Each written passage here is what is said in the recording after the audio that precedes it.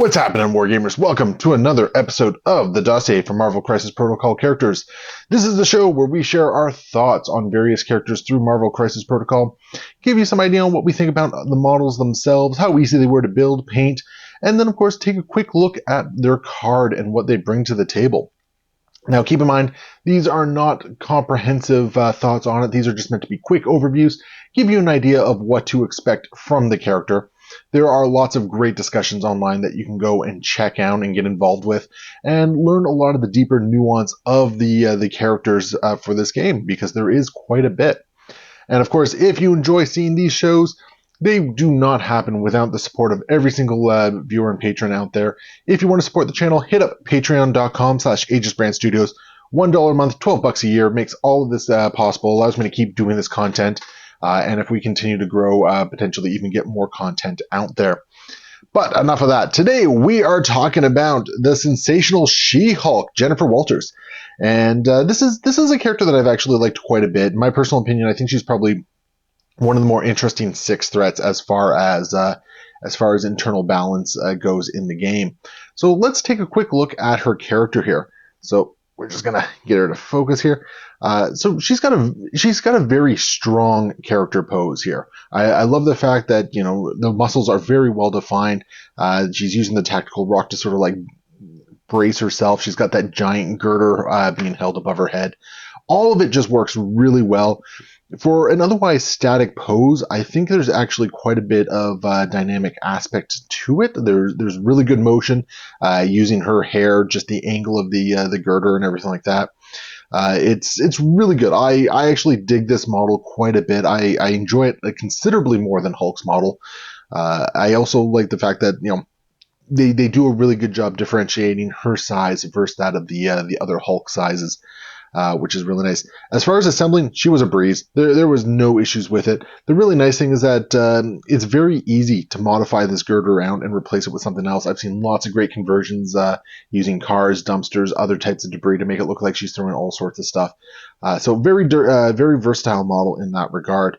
I absolutely love the model. I had a lot of fun painting it. For whatever reason, painting the green skin was just an absolute blast for me. I actually recently went back and repainted because the green was very, very dark. So she was a lot of fun to paint, and she was a great exercise in painting a very limited palette, which I think is always a kind of a fun thing to try out. So what does she bring to the table as far as her card goes? Well, as you can see here, we got one of the old cards here. It's 20 stamina, just like her cousin Bruce. She's got a medium movement, so she's a little bit faster than Hulk without superpowers. She is only size 3, though, not size 4. She is a 6-threat character, 3/4/3 for defenses. I do feel her physical defense is a little on the low side, especially with how easy it is to kind of zerg down these types of big, beefy characters. I really would have liked a 4 physical defense on her. I think everything else is really kind of good there. It just, when you compare her to other 6 threats, I feel like her defenses are just a little on the low side, it's a little upsetting. Much like the Hulk, she doesn't have an injured side. She just will get the dazed token, then get removed at the end of the round there. So she's got a sensational uppercut, range 2, 7 dice for 0 power. It is your typical builder, but it also applies a slow condition to it. There's no trigger on that one. They just have to have been attacked by She-Hulk in this one. I think this is a great builder. Being able to put slow just out there is really great if you can pin down any of those faster characters. Of course, if you're already moving a short-moving character, you don't care, but it's really nice. Her next attack is the Defense Rest. It's range 3, 9 dice for 5 power. And it is, if the attack deals damage after the attack is resolved, the target character gains the slow and stun special conditions. And if slow has already been applied, then they will get the stagger condition. This is great. Being able to do a 1/2 into sensational uppercut and defense rest, slow, stun, and stagger is just a whole host of different status effects on there. That's really hard to kind of shake them all off. You can really shut down a lot of bigger characters with this particular combination. I used it to great effect against Malekith and even CGR in the current meta. I think She-Hulk's just really good for this one. She makes pretty much all my shield rosters, but I'll talk about that later. She brings a leadership with her, which is Defenders of Arcadia, A-Force. When an allied character is damaged by an enemy effect, another allied character may gain 1 power, and a character cannot gain more than 1 power from this leadership per turn. Great leadership, especially when you are going to be getting right in the face and kind of brawling with them. This can power up your team really fast, works really well with other characters who are very power hungry, like either version of Captain Marvel, for instance. It's a lot of fun to play. We have Clear the Court, which is a 3 power active ability. Basically, it is a size 4 terrain or character throw within range 2, and it's a medium throw. Really good throw. Not quite as good as Hulk's throw, but I mean, I will always take a medium length throw, especially size 4. You can clear out pretty much anything but Sentinels with that one, and it's just really good. Once again, got a lot of use of that during the Malekith Reign of Terror. She-Hulk was a great counter in there. We have Superior Weight Training, another active ability for 3 power. During the next attack made by this character, add dice equal to the size of the target to your attack roll. Oh my goodness, I love this one so much. It is so good against anyone that is size 3, size 4, size 5. You take Jen into a bunch of Sentinels and they're just going to cry because now you're throwing 12 to 14 dice attacks into Sentinels and their 3 physical defense. It's really good into Malekith. I even really like doing it into Hulk because you're adding so much dice to the next attack. And if you do that as part of the sensational uppercut, you can just gain so much power back. It's very uncommon for me to spend that 3 power and not get refunded that 3 plus a whole bunch extra on the sensational uppercut.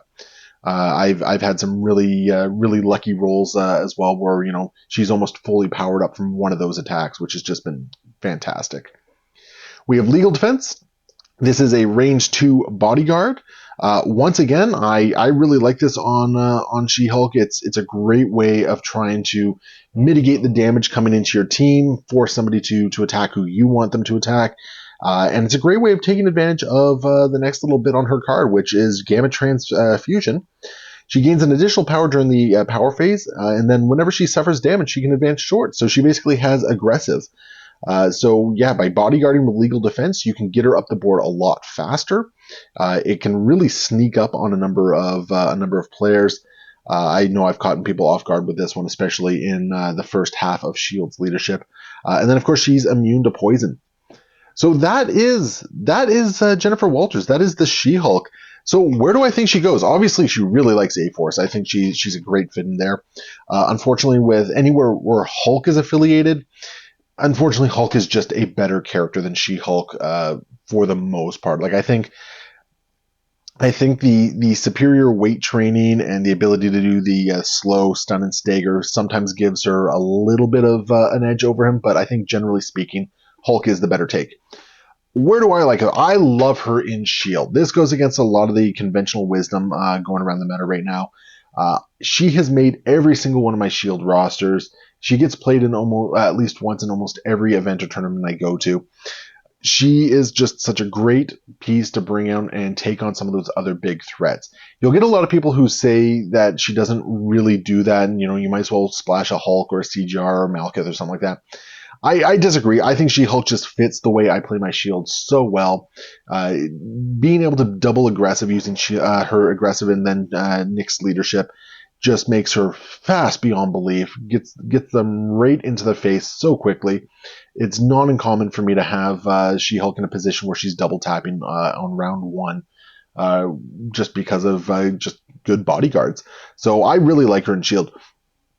There's some other places where she can probably get a little bit of work done, but I don't think it's like she's necessarily great there. And I think that is one of the big problems with She-Hulk. As far as 6 threats go, I think she should be what's considered the standard 6 threat, but that's not the case. We have a lot of really tuned 6 threats, and then we have a lot of sort of underpowered 6 threats. And it kind of makes for an awkward discussion as a result. So yeah, I really like She-Hulk. I think a lot of people should give her a lot more try. I think she's a blast to play on the table. And basically, I think she's a great lesson in not letting the online discussion dictate too much about how you want to play or how you want to put your roster together. And it's a great example of how in this game, most characters are viable, and you can probably build some pretty solid rosters no matter who you put in there. So that is the She-Hulk. Leave your comments below. Get involved in this discussion. Let me know what you think, where you think she belongs, and if you want to push back on any of my points, because these are just potato opinions.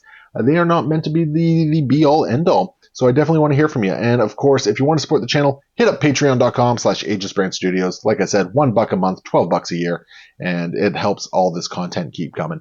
Till the next time, happy wargaming.